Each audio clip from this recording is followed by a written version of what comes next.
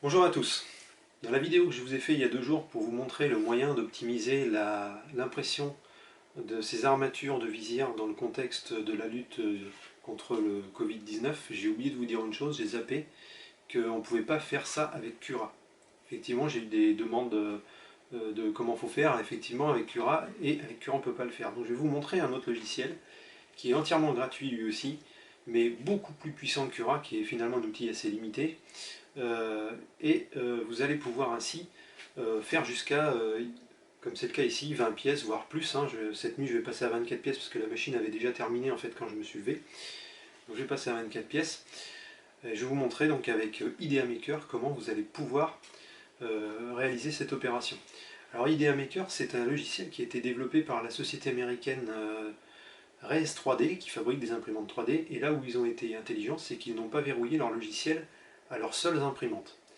Leur logiciel est gratuit, il est ouvert à n'importe quelle imprimante ayant un plateau carré, rectangulaire, rond, ellipsoïdal et jusqu'à 2 extrudeurs. Donc ça ouvre quand même à pas mal d'imprimantes et ça ouvre quasiment 99% du marché, je pense. Donc ce logiciel est extrêmement puissant. Il est largement aussi puissant que Simplify 3D qui lui est payant. Je pense même qu'il est plus puissant que Simplify 3D, puisqu'en discutant avec des collègues makers, je me suis aperçu une fois qu'ils ne pouvaient pas faire en fait avec Simplify 3D ce que je faisais avec Idea Maker. Là, je vais juste vous expliquer comment faire ces pièces-là avec Idea Maker. On ne va pas rentrer quand même trop dans le détail pour cette première vidéo sur le sujet parce que c'est quand même un logiciel qui est touffu, hein, il y a beaucoup de choses à voir. Donc là, je vais juste vous montrer comment vous allez pouvoir réaliser des pièces qui ne touchent pas le plateau avec Idea Maker et ça ne va pas le déranger.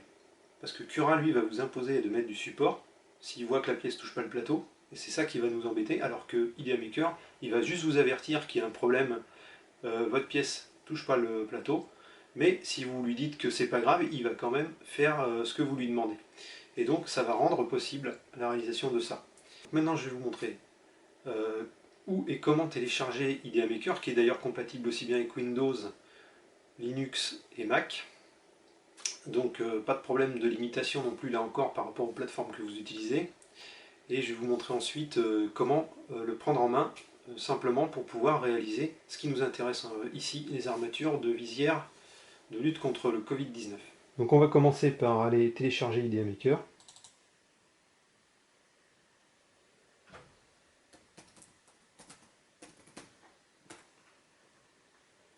Voilà, donc ici c'est le lien vers la page de téléchargement d'Idea Maker.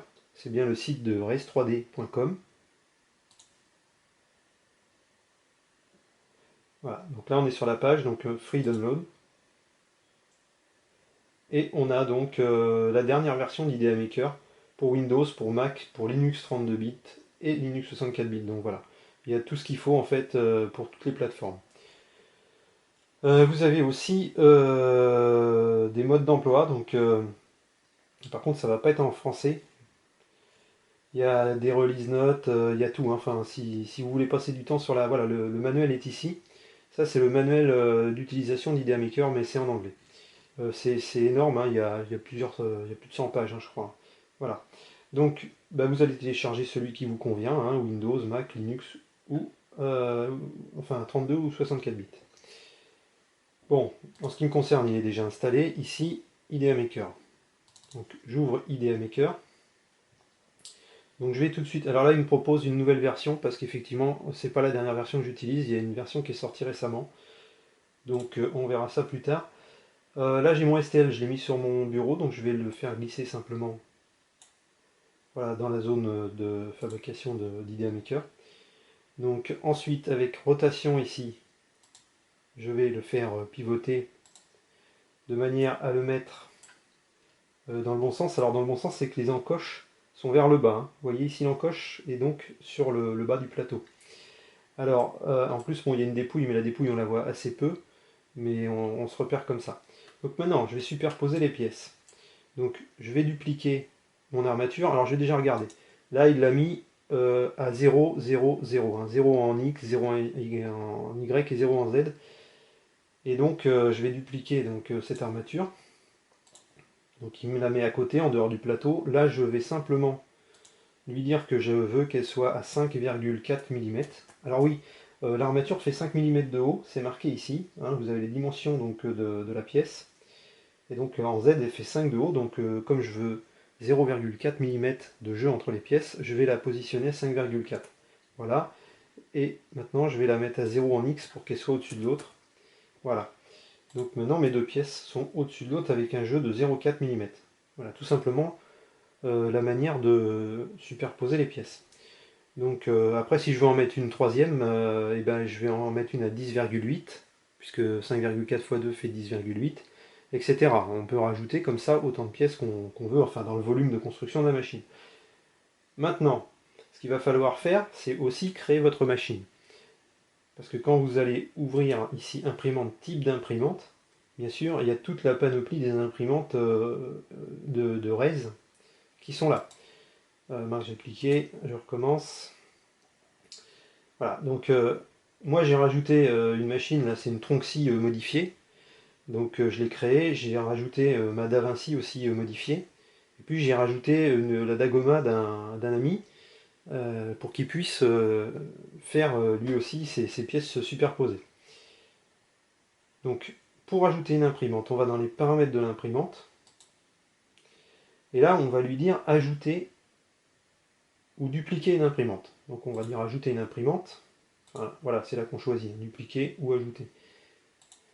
Là, on va mettre un nom à l'imprimante. Alors, bon, c'est en anglais, mais on va l'appeler nouvelle imprimante. Vous lui donnerez le nom que vous voulez, le nom de votre imprimante. Vous pouvez même mettre une abréviation. Le nombre d'extrudeurs, 1 ou 2. Généralement, la plupart du temps, c'est 1. Diamètre de buse, donc là, c'est suivant la buse que vous aurez installée sur votre imprimante. Et si vous changez de buse, vous viendrez ici modifier simplement le diamètre de la buse. Alors ici on a une largeur de plateau et une longueur de plateau de 305. Bon, c'est parce que c'est une raise c'est une raise N2 je crois, qui est comme ça. Donc admettons que notre imprimante ferait 250 par 250 par 300, admettons, hein, je sais pas, hein, c'est une imprimante imaginaire. Alors est-ce qu'elle a un plateau chauffant ou est-ce qu'elle en a pas? Voilà, tout simplement. Ça, bon, c'est pour les ventilateurs, on peut laisser cocher. Ça c'est la distance de sécurité qui est autour du plateau, donc c'est une distance, donc il va pas utiliser du coup les 250, il va utiliser 250 moins 2,5 de chaque côté, ça va faire 245 en réalité. Si on met quelque chose ici, on peut mettre 0, hein, on peut tout à fait mettre 0. La forme du plateau, donc bon, là on a vu que c'était un rectangle, hein, mais on pourrait avoir une ellipse ou un rond, si on met les valeurs à l'ellipse, si on met le petit rayon et le grand rayon du même diamètre, ça fait, enfin de la même longueur, ça fait donc un cercle. Et vous pouvez choisir également les firmware. Alors, il y a le firmware RAID, donc ça vous ne pourrez pas l'utiliser. Il y a Marlin, donc qui est très répandu, et ça marche même avec des imprimantes qui ont répétié firmware, puisque c'est le cas, moi, ma DaVinci modifiée. Ça marche malgré tout très bien, même si c'est pas le bon firmware. Et vous avez le RepRap firmware. Donc vous choisirez éventuellement celui qui convient le mieux. Voilà. Bon, le reste, c'est pas la peine de trop s'en occuper. Je vais créer mon imprimante. Avancer. Alors là, vous pouvez mettre une compensation éventuellement. J'ai été obligé de le faire sur ma Tronxy parce qu'elle était totalement défectueuse. Enfin, elle n'a jamais marché cette machine. Il a fallu que je la modifie en profondeur. Et j'ai énormément de différence entre la valeur obtenue et la valeur souhaitée sur l'axe Y. Par exemple, si je veux un rond de diamètre 100, il va faire que 96 mm sur l'axe Y. Donc je vais être obligé de mettre une compensation. Donc là, normalement, si tout va bien, vous n'avez pas besoin de compensation. Mais si vous avez un souci, si vous voyez que la pièce que vous réalisez finalement n'a pas les dimensions requises, vous pouvez venir mettre des correcteurs ici. Les limites de température du plateau, 110, de la buse 310, bon ça vous pouvez éventuellement les changer ces valeurs, mais ça n'a pas tellement d'intérêt. Voilà, ça c'est pour l'impression séquentielle, donc là ça ne va pas nous intéresser forcément tout de suite, mais c'est dans le cas où vous voudriez imprimer les pièces une par une au lieu d'imprimer toutes les pièces à la fois. Quand vous mettez par exemple plusieurs pièces sur le plateau, vous pourrez tenter de faire la première pièce, puis la deuxième pièce un peu plus loin, puis la troisième pièce. Par contre, il faut que ça passe avec la buse, avec la tête et tout. Donc là, c'est là où vous allez pouvoir régler des paramètres pour être sûr que la tête ne vienne pas en collision avec la pièce qui est déjà faite à côté. Bon, aujourd'hui, ça ne nous intéresse pas, donc on ferme et on sauvegarde. Voilà, donc maintenant j'ai créé donc ma nouvelle imprimante qui s'appelle Nouvelle Imprimante. Bon. Et on va trancher pour réaliser le G-code. Donc démarrer tranchage ici, ou bien vous l'avez ici aussi. Ici vous pouvez faire comme ça. Voilà. Alors on s'aperçoit qu'il n'y a aucun paramètre de tranchage dans le profil qu'on vient de créer. C'est pas grave, on va aller chercher une imprimante 13, n'importe laquelle, par exemple la N2, et on va trouver ici trois profils de tranchage, donc haute qualité, standard, rapide, voilà. Bon, après on peut toujours aller modifier ces paramètres, ici par exemple, en faisant éditer. Alors il y a énormément de paramètres à régler, hein. Enfin, normalement vous y toucherez pas là. Là on va rester sur les paramètres standards dans un premier temps. Mais dans ce logiciel, il est extrêmement puissant et on peut régler énormément de choses. Donc on va laisser ça comme ça. Pour l'instant, on va simplement exporter ce paramètre, ces paramètres-là.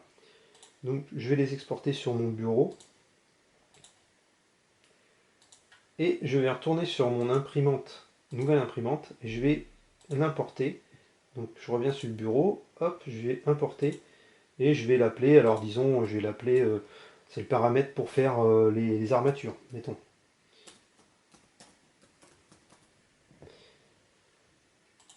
Alors, euh, alors j'ai pris un paramètre PLA, hein. Bon, mais en fait un paramètre PLA c'est quoi? C'est des températures, des vitesses, etc. Donc bon, comme aujourd'hui on fait quand même majoritairement des armatures en PLA, j'ai pris un paramètre PLA. J'aurais pu prendre un paramètre ABS, hein, parce qu'on voit ici aussi, voilà, j'avais changé l'imprimante ici, j'étais sur N2, mais j'avais pris PLA. Par contre, il y a plein d'autres profils qui sont déjà prédéterminés, comme le polycarbonate, le flex, le fil support. Enfin voilà, il y a le PETG, ABS bien sûr, hein, et en différents diamètres en plus. Donc voilà, bon, moi j'étais resté sur celui qui était donné, c'est-à-dire le PLA 1,75 qui est le plus répandu. Ce qui fait qu'on va pouvoir utiliser ces paramètres quasiment sans les changer. Maintenant, on va éditer. Moi je vais vous montrer les paramètres que j'utilise pour faire mes pièces aujourd'hui. Donc je vais éditer. Je mets ici, deux coques, enfin ce qu'il appelle les coques en fait c'est les périmètres. Donc ça fait deux périmètres. Par contre, je me mets en 0,35 moi parce que je suis sur une buse de 0,6. Bon, alors on va dire 0,3 pour une buse de 0,4. La hauteur de la première couche, on va laisser tout ça comme ça. L'extrudeur, donc bon, là je touche à rien sur l'extrudeur. Par contre ici, le remplissage. Le remplissage, je mets 0%. Je l'avais expliqué sur la première vidéo, ça, je mets 0% et j'obtiens une armature tubulaire en réalité. Voilà, je ne vais rien changer d'autre sur ce paramètre-là, 0%. Alors après ici on a les paramètres de partie, enfin, de partie solide, de remplissage en fait de plein, c'est-à-dire la base de la pièce, le sommet, enfin le toit de la pièce. Donc en fait il fait 5 couches de plein là, en bas et en haut de la pièce. Donc là moi je vais mettre 3 seulement. Ça permettra d'aller plus vite et ça ne change pas grand chose au niveau de la solidité des pièces. Après, alors le reste, j'y touche pas. Support, aucun support. Aide à l'adhérence. Là, en l'occurrence, d'origine, il y a un radeau, je vais l'enlever. Pas d'aide à l'adhérence. Là, c'est le refroidissement. Donc la gestion des ventilateurs. Donc là, on n'a pas besoin d'y toucher. On va regarder les températures. Donc là, ça va être adapté suivant votre filament. Moi, je mets 40 pour le plateau. C'est pas la peine de monter à si haut. On peut mettre 215. Bon, je laisse 215 pour la température du filament. Ici, on a les vitesses. On va pouvoir agir donc sur les vitesses. Donc le périmètre intérieur, ce qu'ils appellent coque intérieure. Coque extérieure, donc c'est le périmètre extérieur. Là, on peut modifier ces vitesses. Moi, je les ai assez considérablement augmentées pour mes pièces. Mais bon, dans un premier temps, je pense qu'il faut faire l'essai en gardant les vitesses d'origine. Vous voyez, il y a énormément de... On peut jouer sur énormément de paramètres. Là-dessus, on va pas jouer hein, sur les accélérations, on laisse comme ça. Écoulement, on va venir ici, cocher, éviter le déplacement à travers les trous. Ça nous évitera les bavures. Surtout quand on va être sur la couche de départ de la pièce, d'une pièce superposée. Parce que comme il y a un jeu assez important avec la pièce qui est en dessous, là on va avoir énormément de bavures si on coche pas cette case. Enfin, c'est même pas des bavures, c'est des filaments, quoi, des filaments qui traversent toute la pièce. Bouclier de purge, on l'enlève, on n'en a pas besoin. Et voilà, donc autre paramètre là-dedans, on va rien toucher. G-code, alors attention, là, c'est potentiellement vous allez avoir à toucher ça. Suivant la machine que vous utilisez, vous avez un G-code de démarrage. Par exemple, sur la Dagoma là, de mon ami, là, j'ai pris sa séquence de démarrage que je suis venu coller ici, à la place de la séquence d'origine RES. Pareil pour la séquence de fin. J'ai pris la séquence de la Dagoma, la séquence de fin de la Dagoma, je suis venu ici écraser. Donc c'est juste du copier-coller, hein, c'est du texte, hein, donc vous pouvez très bien le supprimer comme ça, paf, voilà, ça supprime. Donc bon, alors là, j'aurais peut-être pas dû faire ça. Je vais quand même sauvegarder, je vais aller récupérer du coup sur Ryzen 2, donc le paramètre que j'avais pris au départ. Je vais aller chercher ce que je viens de supprimer dans l'autre là, parce que du coup, je vais quand même le remettre. Même si en fait ça va pas me servir hein, moi, parce que là je vous montre simplement. Voilà, donc annuler, je reviens donc dans l'imprimante, éditer, je reviens sur ma séquence de G-code où il n'y a plus rien et je viens mettre ici. Voilà. Donc là vous mettrez la séquence de votre machine. Alors il se peut très bien que votre machine fonctionne avec la séquence RES. Vous pouvez à ce moment-là faire un essai avec le doigt sur le bouton d'arrêt au démarrage de la machine pour l'éteindre comme un arrêt d'urgence si les choses devaient mal se passer. Donc vous pouvez tenter en utilisant ces G-codes-là. Après, vous avez des G-codes qui servent à la commutation des bus quand vous avez plusieurs bus, hein, quand vous êtes en multi-extrusion. Des G-codes de changement de couche, G-codes de rétractation, enfin ça peut vraiment, il y a vraiment énormément de possibilités. Bien sûr, on ne va pas toucher à ça pour le moment, et là on sauvegarde notre paramètre. Donc maintenant que notre paramètre est sauvegardé, on va trancher réellement. Alors, là justement, il vous met un message d'avertissement, il vous dit attention, vous avez une pièce qui n'est pas sur le plateau et qui n'a pas de support. Alors, est-ce que vous voulez ajouter des supports? On va mettre non. Voilà. Donc là, effectivement, les paramètres sont loin d'être optimisés puisqu'on est à 1h33 pour deux armatures, alors que là, pour l'instant, moi, je suis à 25 minutes par armature, donc j'en fais plus de 3,5, je fais presque 2 fois plus vite que ce paramètre-là. Comme je vous l'ai dit, j'ai touché aux vitesses, donc ça sera à vous de voir d'adapter, enfin, dans un premier temps, touchez pas aux vitesses, et puis petit à petit, améliorer vos réglages. Donc on va regarder l'aperçu. L'aperçu est très riche sur IDEA Maker. Donc on arrive dans cet aperçu par défaut qui nous dit, ben ici c'est du remplissage, ici c'est de la coque interne, par exemple le vert, le marron c'est la coque externe, voilà, il vous renseigne sur ce que c'est. Vous pouvez aussi avoir, ce qui est plus intéressant, mais là en l'occurrence c'est vrai que ça ne va pas nous servir, c'est quand vous êtes en multi-extrusion, vous avez les volumes faits par les différentes bus qui apparaissent en différentes couleurs, enfin en deux couleurs. Hein, voilà, pour la bus de gauche c'est du blanc, pour celle de droite c'est de l'orange, voilà.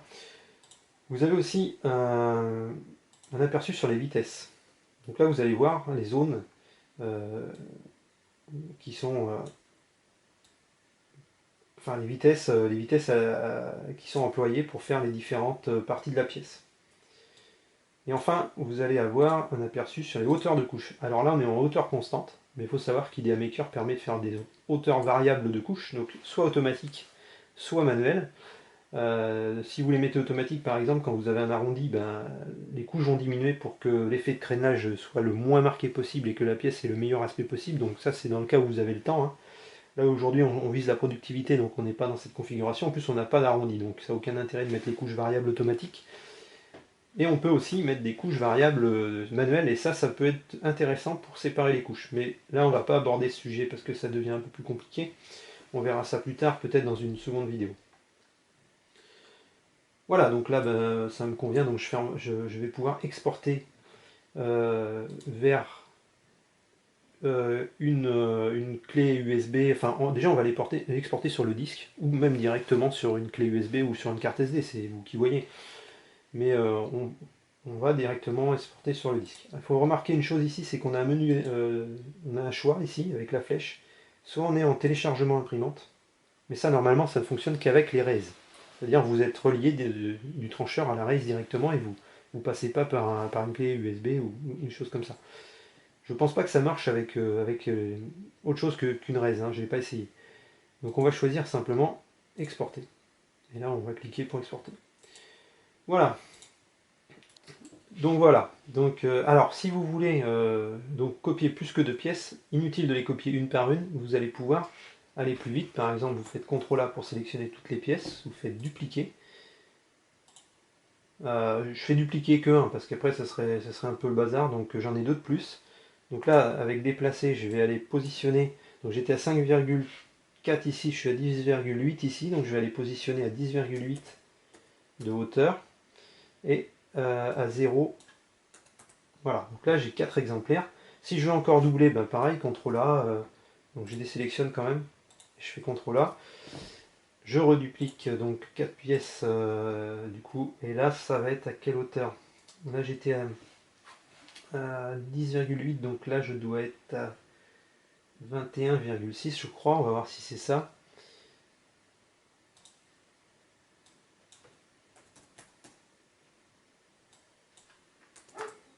Voilà, donc là j'ai 8 pièces. Et si je veux 16 pièces, bon, vous avez compris le principe, hein, voilà. Donc j'espère que ce premier tuto va vous permettre de prendre en main le logiciel IDEA Maker et vous allez vous rendre compte qu'il est extrêmement puissant. Bien sûr, là on n'a quasiment rien vu, on a vu vraiment que le b.a.-ba du logiciel. Sachez qu'avec IDEA Maker, on peut quasiment avoir un réglage par couche. Ça serait assez long à programmer, certes, mais on pourrait avoir un réglage, on peut faire les réglages à la couche même, et on peut même aller plus loin, on a une zone ici qu'on veut être pleine, par exemple, remplie. Par exemple, je vais mettre ça comme ça. Imaginons que on ait envie que ici ça soit partiellement rempli sur les branches, et que là on ait besoin d'avoir du 100%. On peut très bien le faire avec IDEA Maker. Je vous montre juste vite fait, on va utiliser pour ça ce qu'on appelle, alors c'était en anglais, maintenant ça a changé, les modifieurs, voilà. Ce qu'on appelle les modifieurs. Donc ça je vous montrerai comment ça fonctionne dans une autre vidéo, parce qu'on va pas rentrer trop dans le détail, mais sachez que c'est possible. Voilà, bon, c'est fini pour cette première vidéo, j'espère que vous pourrez la mettre à profit, et je vous dis à bientôt.